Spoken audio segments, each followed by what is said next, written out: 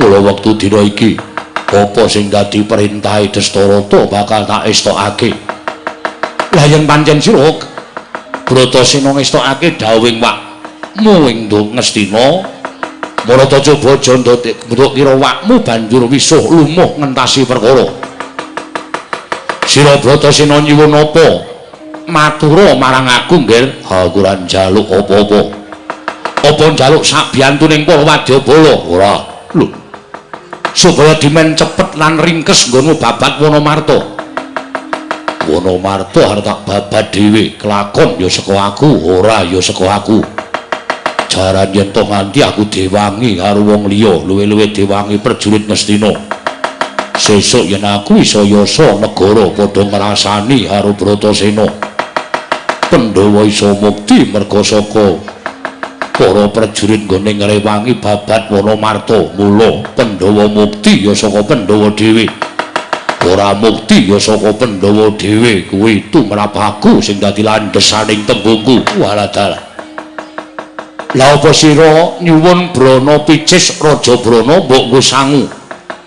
Niatku tekan Wonomarta nyambut gawe ora seneng-seneng.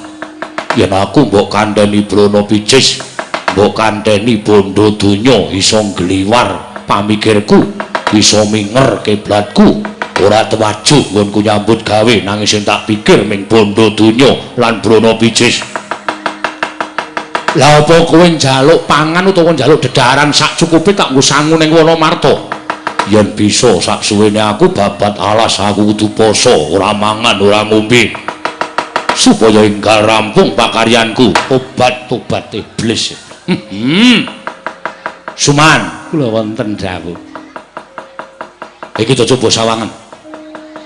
Tembung ming kaya ngene wae lah kok dadi marem atine wong tuwa. Pandhu, Pandhu. Anakmu 5 iso disawang kabeh arep kowe kuwi wis mati. Kowe wis ora ana wis mapan ana ing kasuwargan. Nanging yen to menuwi anakmu kahanane kaya ngene iki iso ngangkat derajating wong tuwa, iso nyuwargake wong tuwa. Dari wonten maring dawuh. Lho, anak ki ngene iki. Ming sithik 5 ning dadi pemareming wong tuwa. Kowe iki ndek anak 100 calon gento kabeh. Indah-indah yen srawung karo makne cilik Suman. Srawunge bandar uthuk. Tekan kapan Bayu timindake ora bakal apik. Dewate pun to, meneng to. Ajeng napa sampeyan iku senengane mbumboni? Lah banjur pangkatmu besok kapan? Dina iki uga aku njaluk pamit. Nyuwuna to, Nggir, ora kitang sithik nyuwuna aku njaluk.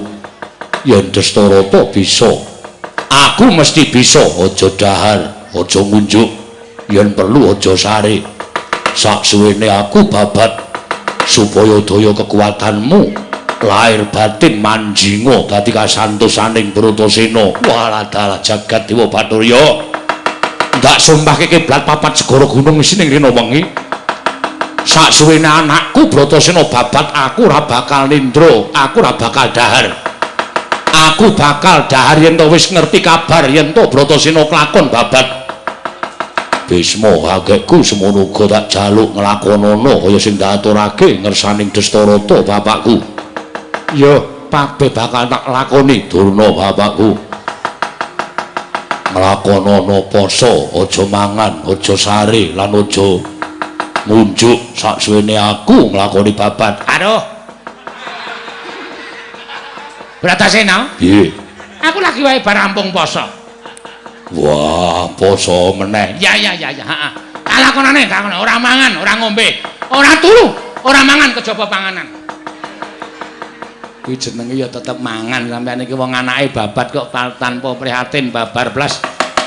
Padha sekecake lenggah aku njaluk pamit Dastarata, bapakku aku nyuwun pamit. Ndak puja sesanti, muga-muga lanang juritmu bisa kelakon babat Wonomarta ya Bratasena.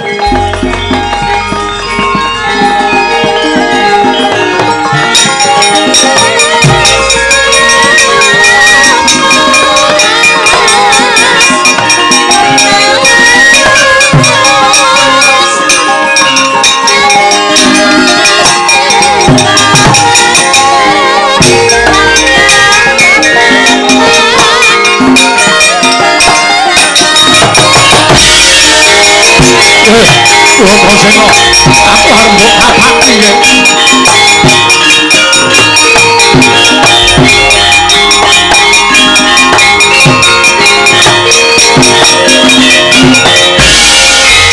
Dastarata bapakku.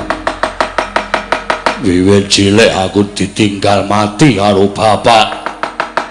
Sing tanggep wong tuwa kowe. Mula kaki sawangen. Jagatku iki jejeg apa melengkung. Yen jagatku jejeg tegese aku kelakon babat. Yen jagatku melengkung tegese aku mudhar ning Wonomarta. Dastarata bapakku waladalah jagat Dewa Bathara. Anakku nggih, anakku. Ndak sawang saka kene nadyan aku ora weruh marang kahanan nanging srana netra batin ndak sawang jagatmu katul manter sak sada lanang sembundul ing awiyat cetha lamun kelakon nggonmu babat aku njaluk pamit.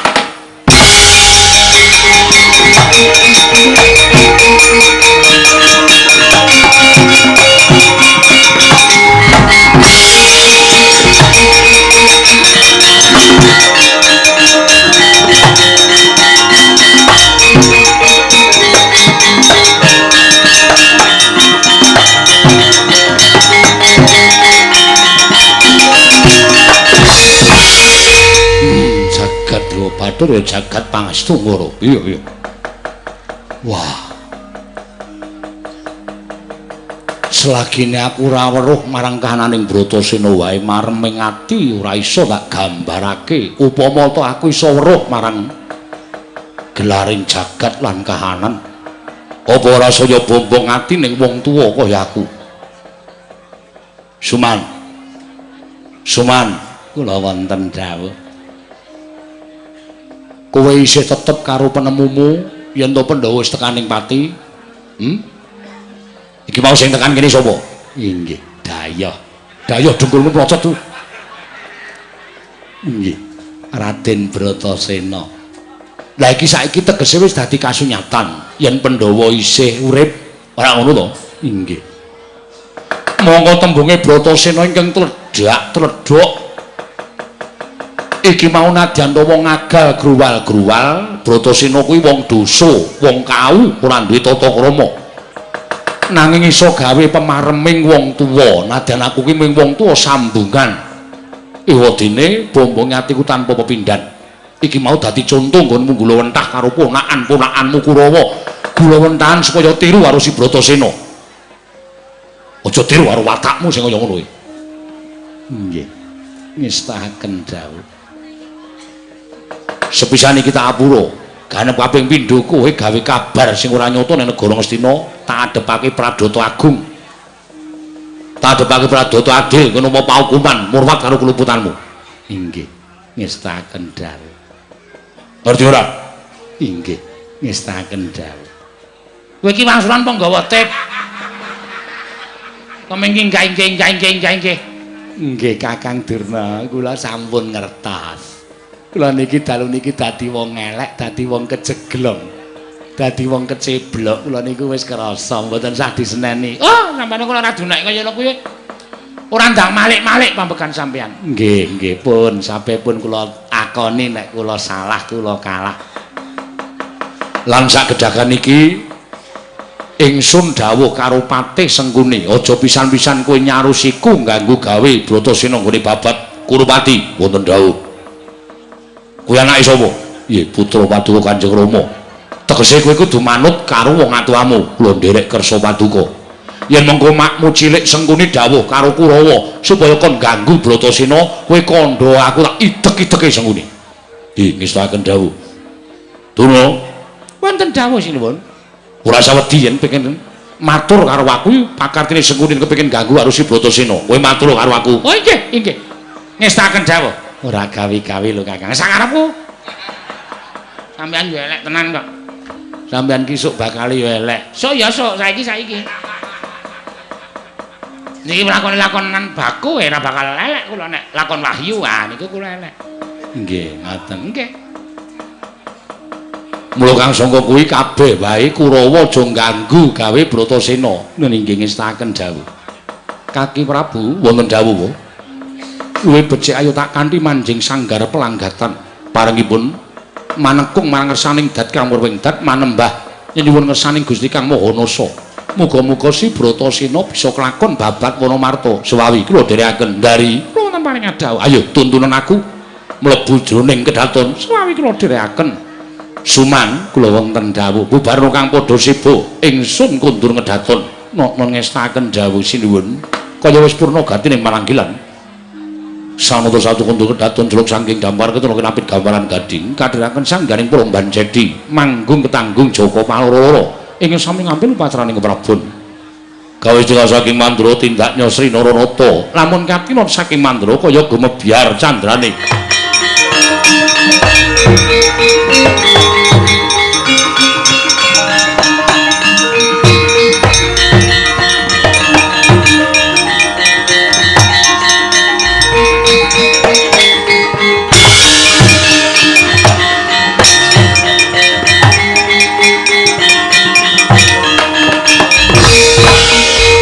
amung sakedheping netra wis prapteng tepining Wonomarta ya wana mrentani wana gawat liwat wingit kepati satu mara satu mati jalma mara mulih mung karyaran aja to jamak lumrahing titah swantah nadyan Jawata kemawon boten wantun tumurun wonten ing Wonomarta krana gawating wana pangsambung sumambung tepung gelang kekalangan saka keteling ron-ronan nadaning wanci rina panandine kaya ing wanci ratri trenging Wonomarta awit datan saged tinaraba srating Sang Hyang Pratanggapati nalika semanten risang Bratasena ingkang darbe pengawak waja pinandheng wujuding Wonomarta ing cipta madhep mantep gumolongake tekad manunggal tetunggalan sigra cancut Taliwondo miwiti babat Wonomarta watawantune Sang Bratasena dudu wis babat lenging Wonomarta dadi bubrah slangkrah candraning Wonomarta.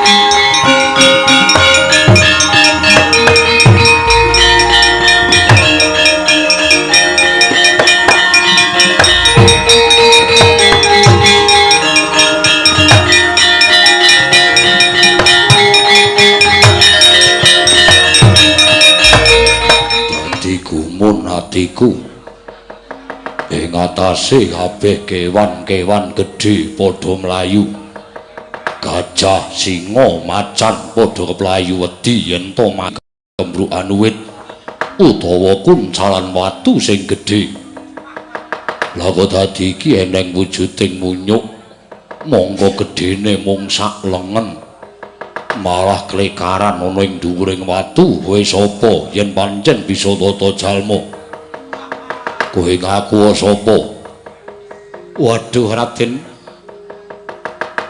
bejo kemayangan ing atasipun kula menika dipun paringi saged tata jalma kados titah swantah menawi panjenenganipun Raden dangu kaliyan kula nami kula pun Senggana Senggana inggih panjenengan Raden sinten aku Bratasena Senggana wonten dawuh ing atase kabeh kewan padha lumayu lha kok dadi kowe malah klekaran ana watu gedhe karepmu piye Raden mugi kawuningan kula menika nadyan wanara nanging kula menika nggadahi cacat inggih menika mboten saged mlampah tegesipun kula menika lumpuh wah kowe lumpuh inggih kasinggihan mekaten mula kula mboten saged mlajar kados rencang-rencang kula mila wonten ing mriki kula namung pasrah bongkokan kemawon upami kula kedawan wreksa ingkang ageng tuwin kula kuncalan watu ingkang gedhe satemah kula pejah kula ikhlas lahir batin kowe ikhlas nanging aku sing nandhang dosa merga sing babat alas iki aku sing dadi jalaran nggonmu tekaning pati mula nadyan kanthi ora kasengaja tumraping Hyang Mahanasa ngilani nyawane sak pepadaning urip kuwi klebu tumindak dosa mula aku ora bakal neruske nggonku tumandang sadurunge kowe lunga saka papan kene nuwun sewu lajeng anggen kula badhe kisah kados pundi to Raden wong nyatanipun kula menika sampun matur kula menika lumpuh yen pancen kowe ora gelem lan ora iso mlaku apa kowe ikhlas yen kowe tak uncalake saka papan kene aja nganti tekaning pati yen bisa tibamu tak tibake ana ing banyu supaya aja nganti lara awakmu alah syukur Raden syukur menawi jengandika Raden kersa tetulung dhateng jasad kula monggo kula aturi nguncalaken dhateng kados mangke kula mboten kedawan wreksa tuwin kuncalan watu ingkang ageng yen pancen mengkono tata lak candhak awakmu tak uncalke supaya tiba ning kali aja nganti lara awakmu sing baku aja nganti mati sia iki ngesaken dawuh Raden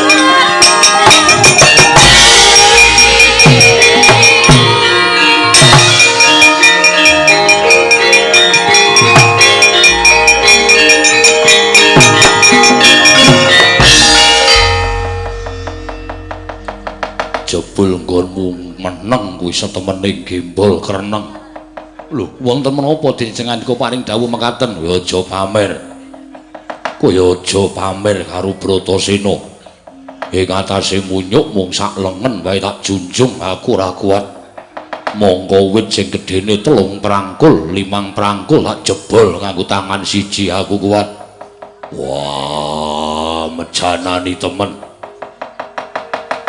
kowe aja pasang Jaya Kawijayan kula menika namung munyuk alasan kok pasang Jaya Kawijayan menika lajeng kadidéan kula menika saking pundi cobi kula aturi menggali aja pamer apa rumangsamu munyuk sing digdaya kuwi mung kowe dhewe aku ya duwe sedulur ya wujude munyuk putih ning jenenge Anoman wah kowe tak kandhake dulurku lanang jenenge Anoman mesti yen to ditaker bab Jaya Kawijayan sak traju sak bobot karo kowe lah dalah adikku capaku oh Bratasena adikku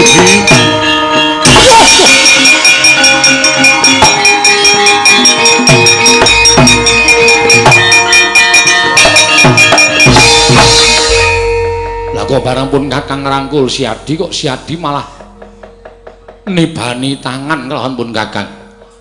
Wah, kowe mau muni piye? Siadi mau muni piye? Adine sapa? Kowe kuwi adikku sing kandha sapa?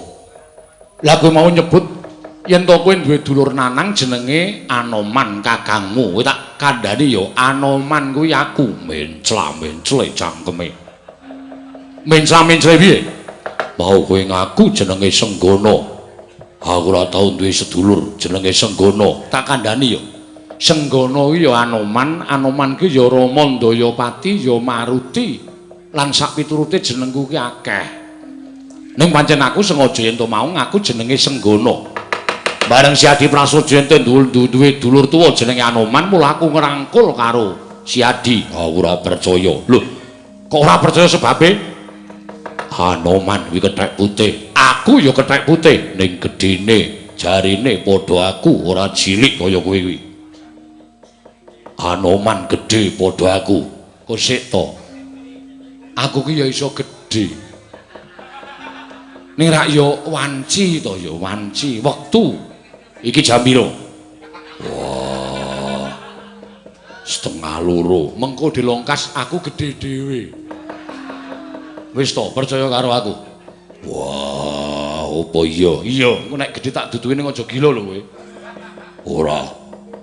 Yen ngono kowe Anoman, ya aku Anoman. Yo, yen ngono tak trimo nggonmu dadi kakangne Bratasena. Wis kowe minggat to. Lho. Kok sik to, lagi sedelo kok kon minggat ki piye? Aku lagi nglakoni pakaryaning Siadi Babat Wonomarta. Lho. Babat Wonomarta? Ya, Sorapati. Sorapati tegese piye? Alas iki gawat kliwat pingin kepati satu mara satu mati jalma mara keplayu. Yen Siadi bakal Babat Wonomarta iki tegese Siadi ngloropake awakmu ning juranging kasangsaran. Perkara bejo cilaka bungah susah. Kepenak ora kepenak sandange dhewe iki wis dadi anteping tekadku. Yen ngono ora kena dipenggak, ora. Yen ora kena dipenggak, aku tak ngrewangi Siadi, ora sudi. Lho. Ora sudi piye? Nggonku babat arep tak lakoni dhewe, kelakon ya saka aku, ora ya saka aku. Pun Kakang ki dulurmu tuwa. Yen ngerti bot-ripoting Kadang Taruna mesti pun Kakang bakal sak biyantu. Aku wegah. Dasarmu apa kok wegah tak rewangi? Sesuk yen iki dadi negara, kowe mesti kandha karo kanca-kancamu Bratasena iso ndadekke negara Wonomarta. Mergo dibantu nggone babat karo Anoman. Aku wegah. Aku moh yen keputangan budi dadi negara ya saka aku, ora dadi negara ya saka Bratasena. Mati uripku tak pasrahke ning Wonomarta. Wiladala. Dadi pun Kakang ora mbok tampa nggone labuh-labet kalan Siadi. Ora. Aku dulurmu tuwa, mestine Siadi bangun miturut karo dulur tuwa. Aku bakal bangun miturut. Yen siji iki aja mbok peksa aku manut karo Anoman. Mula kowe minggat to, wis semingkira. Yo, aku mengko bakal semingkir ning tak tanjake nggonku duwe rasa kangen karo Siadi. Ora ketang sedelo ayo jagongan, gitu tutu apa-apane wong jagongan, apa-apane wong nyambut gawe. Jagongan liya dina. Laden ana ora ketang mung sedelo. Wah, minggat ora. Yai. Laden ana ora ketang sedelo, minggat ora. Wah, ora gelem minggat dupak kowe.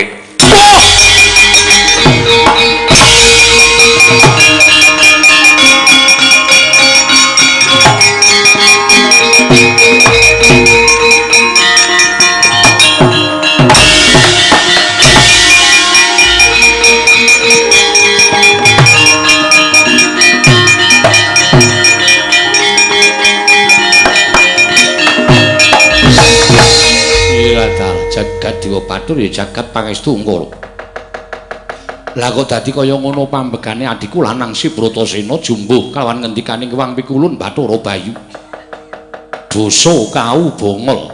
Monggo yen duwe kekarepan pengawak waja ora kena dindakke dening apa wae. Wah, jagat Dewa Batur. Wah, bombong penggalipun Kakang Yayi. Dene aku duwe dulur sing pambegane kaya Siadi aja nganti kuwatir Dimas tak jambangi saka kadohan. Mbok menawa ana ingkang bakal nyandung ngrimpet laku ning Siadingane babat Wonomarta pun Kakang ora bakal mentolo lawan Siadi Bratasena.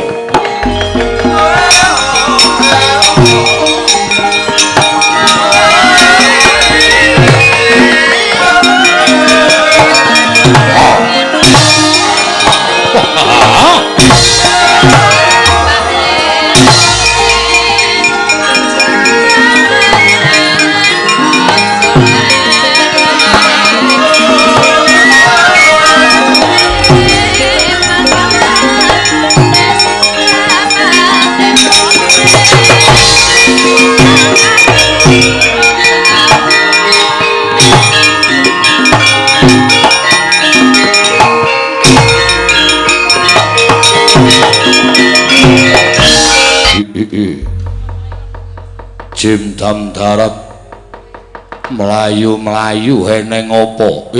Nyuwun pangapunten Gusti Pati.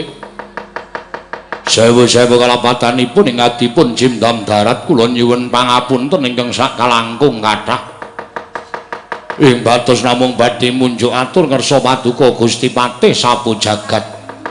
Slaminipun kula jejagi wonten tapel wates negari ing Indraprasta inggih negari Ngamarta inggih Wonomarta. Wonten satunggiling titah jalma menungsa ingkang wantun ngrisak pepasrening Wonomarta. Tata lair ngrubuhaken wreksa ingkang ageng glundhungaken sela. Nanging batos menika njeboli beteng tuwin ngrubuhaken candhi-candhi pepasrening praja ing Indraprasta. Inggih praja Ngamarta Gusti Pati. Nitik dhateng pawujudanipun satriyanipun Birawa Gudhek Wok Simbar Jaja Rekyana Pati mekaten menggaturipun ing abdipun Jim Dam Darat. Putra Pandhawa tata gati Wisraya Indriyaksasara Maruta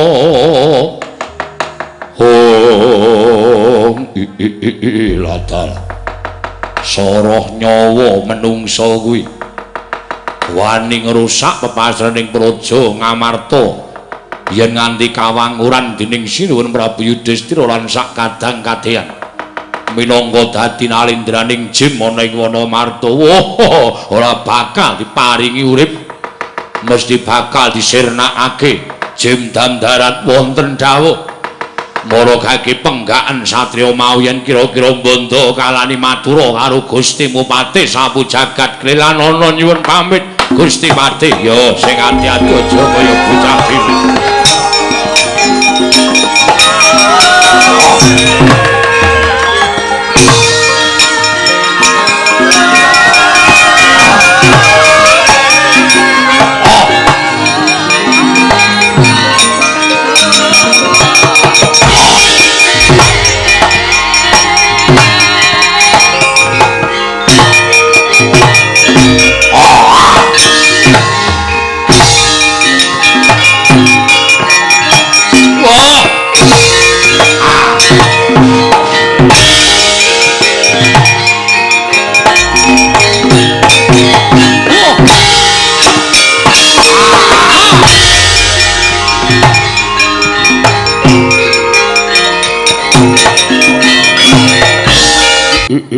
Ladal dikon mandhek ora gelem mandhek den mandheka sawetara aku butuh sak pejagong karo kowe ana swara nanging wujudane ndak sawang cat katon cat ora iki bangsane apa ladal ora mokal kowe ora weruh karo aku bangsaning Jim sing tunggu alas Wonomarta kene.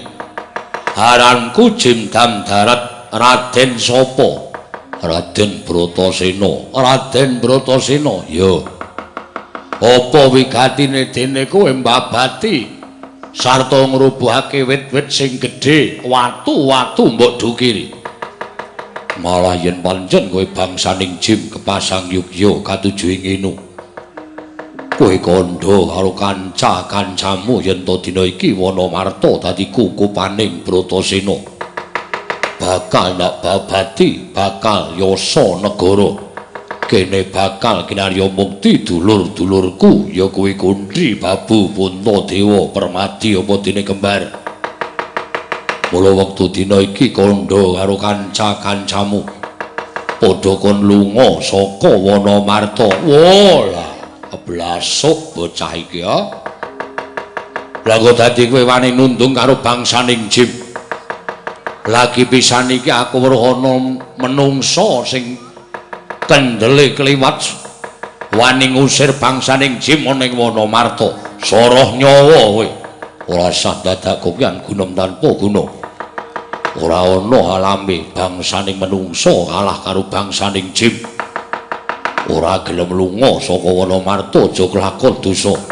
sampurnake ning Wanamarta kene kowe jim darat oh ya wis ora kena diprenggake kanthi becik nggonmu duwe kekarepan dipalangono mesti bakal mlumpat diranti bakal medhot manut tak bondo tak krincung sikilmu tak aturke nalindraning jim Prabu Yudhistira ayo aja mengko ijen keroyokan Bratasena ha gaglak limpah mak sesep getihmu ha